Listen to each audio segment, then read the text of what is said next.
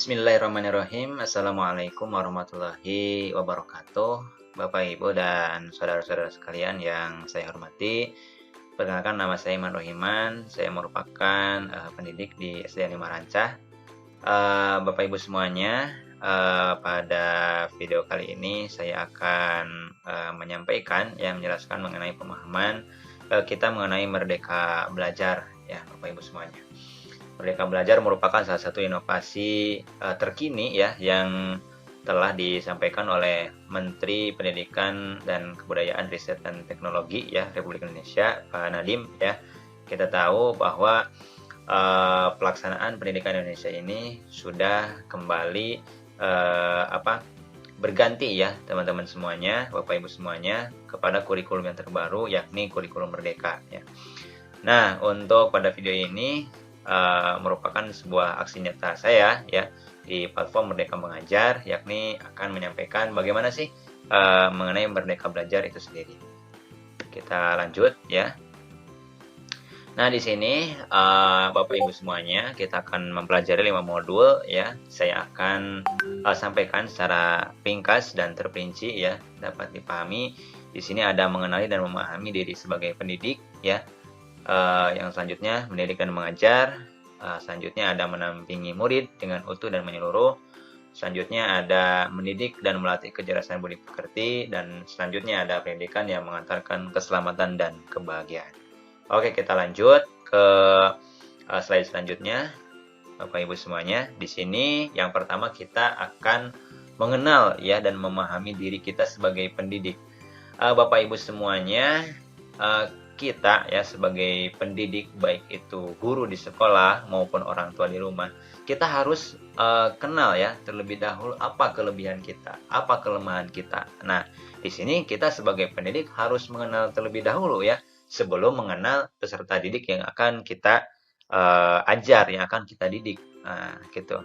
Jadi kita sebagai pendidik harus mengenal diri kita, yakni yang memiliki tugas mulia ya, baik itu guru dan orang tua, yakni untuk membimbing, mengajar, serta dapat membantu perkembangan kepada kepribadian seseorang ya ataupun kepribadian peserta didik dan mengarahkannya pada tujuan pendidikan. Nah, untuk selanjutnya Bapak Ibu semuanya, di sini ada mendidik dan mengajar ya. Di sini pendidik ya, baik itu guru maupun orang tua, dapat berupaya membangun dan menjaga lingkungan kondusif yang lebih nyaman, menyenangkan, agar setiap murid dapat tumbuh dan berkembang sesuai kodratnya sebagai manusia. Nah, Bapak Ibu semuanya, lingkungan yang mana? Ya tentunya adalah lingkungan pendidikan ya. Baik itu di lingkungan sekolah, lingkungan keluarga ya, utamanya karena lingkungan keluarga adalah sebagai pendidikan yang paling pertama dan yang paling utama. Jadi harus kondusif, harus lebih nyaman, menyenangkan, agar setiap peserta didik, setiap siswa, setiap anak dapat tumbuh dan berkembang sesuai kodratnya sebagai manusia. Sebagai pendidik, kita juga harus memandang murid sebagai manusia secara utuh ya, sehingga menjadi dasar kita sebagai pendidik dalam mendampingi murid dan menentukan tujuan belajar. Merencanakan pembelajaran sesuai kebutuhan murid. Bapak Ibu semuanya, kita berlanjut di slide selanjutnya. Di sini ada mendampingi murid dengan utuh dan menyeluruh. Nah, di sini ada 3 kodrat yang harus kita perhatikan ya, Bapak Ibu semuanya, untuk mendampingi murid, anak ataupun peserta didik. Di sini ada kodrat keadaan, kodrat alam, dan juga kodrat zaman. Nah, kodrat keadaan di sini kita harus mengenal betul bagaimana keadaan murid tersebut, baik sedang di sekolah maupun sedang di luar sekolah. Apakah dia mempunyai faktor permasalahan ya, baik itu secara internal maupun eksternal. Dan kita sebagai pendidik harus lebih peka, ada rasa simpati dan empati ya kepada peserta didik tersebut.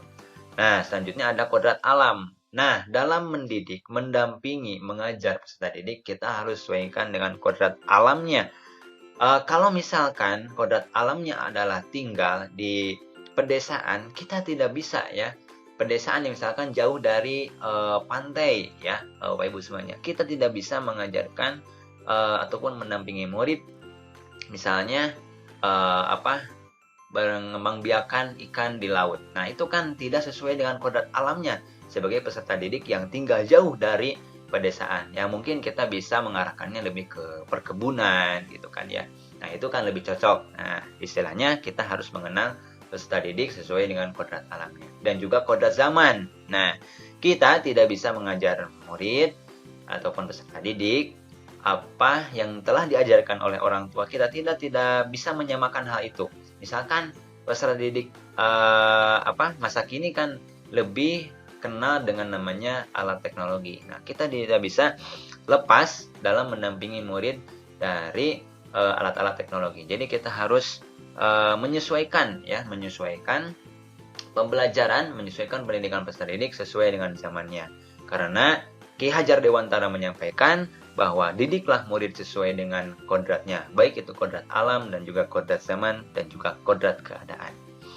Selanjutnya, nah di sini ada mendidik dan melatih kecerdasan budi pekerti. Di sini memang materi ini sangat penting sekali teman-teman ya, karena berkaitan erat dengan budi pekerti. Pendidik harus mampu memahami kemampuan kodrat anak atau murid sebagai individu yang sadar, mampu memikirkan, memahami, merasakan, berempati, berkehendak, dan bertindak semestinya dapat kita tanamkan dalam benak kita sebagai pendidik. Jadi sebelum kita melatih kecerdasan budi pekerti kepada anak kita juga sebagai pendidik harus bisa merasakan, bisa berempati, bisa berkehendak, dan bertindak semestinya.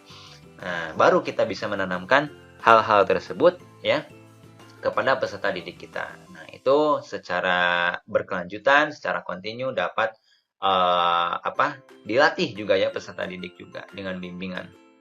Nah, untuk slide selanjutnya dan juga modul terakhir, Bapak Ibu semuanya, pendidikan yang mengantarkan keselamatan dan kebahagiaan. Nah, di sini pendidikan yang mengantarkan keselamatan dan kebahagiaan adalah pendidikan yang bertujuan untuk membantu siswa mengembangkan keterampilan, pengetahuan, dan sikap. Ya, kita tahu bahwa pendidikan berguna untuk mengembangkan 3 aspek yang paling utama, yakni psikomotor, kognitif, dan juga afektif. Ya, afektif sikap, kognitif pengetahuan, dan psikomotor adalah keterampilan yang diperlukan untuk mencapai kebahagiaan dan keselamatan dalam hidup mereka ataupun hidup peserta didik.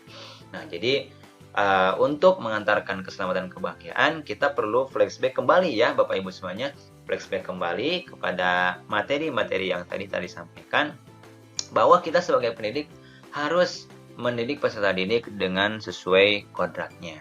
Nah, itu Bapak Ibu semuanya, saudara-saudara semuanya, untuk materi kali ini mengenai pemahaman mengenai Merdeka Belajar ya. Terima kasih telah menyaksikan dan semoga bermanfaat dan mudah-mudahan kita menjadi pendidik yang sukses baik di dunia maupun di akhirat. Amin ya Allah ya rabbal alamin. Terima kasih. Wassalamualaikum warahmatullahi wabarakatuh.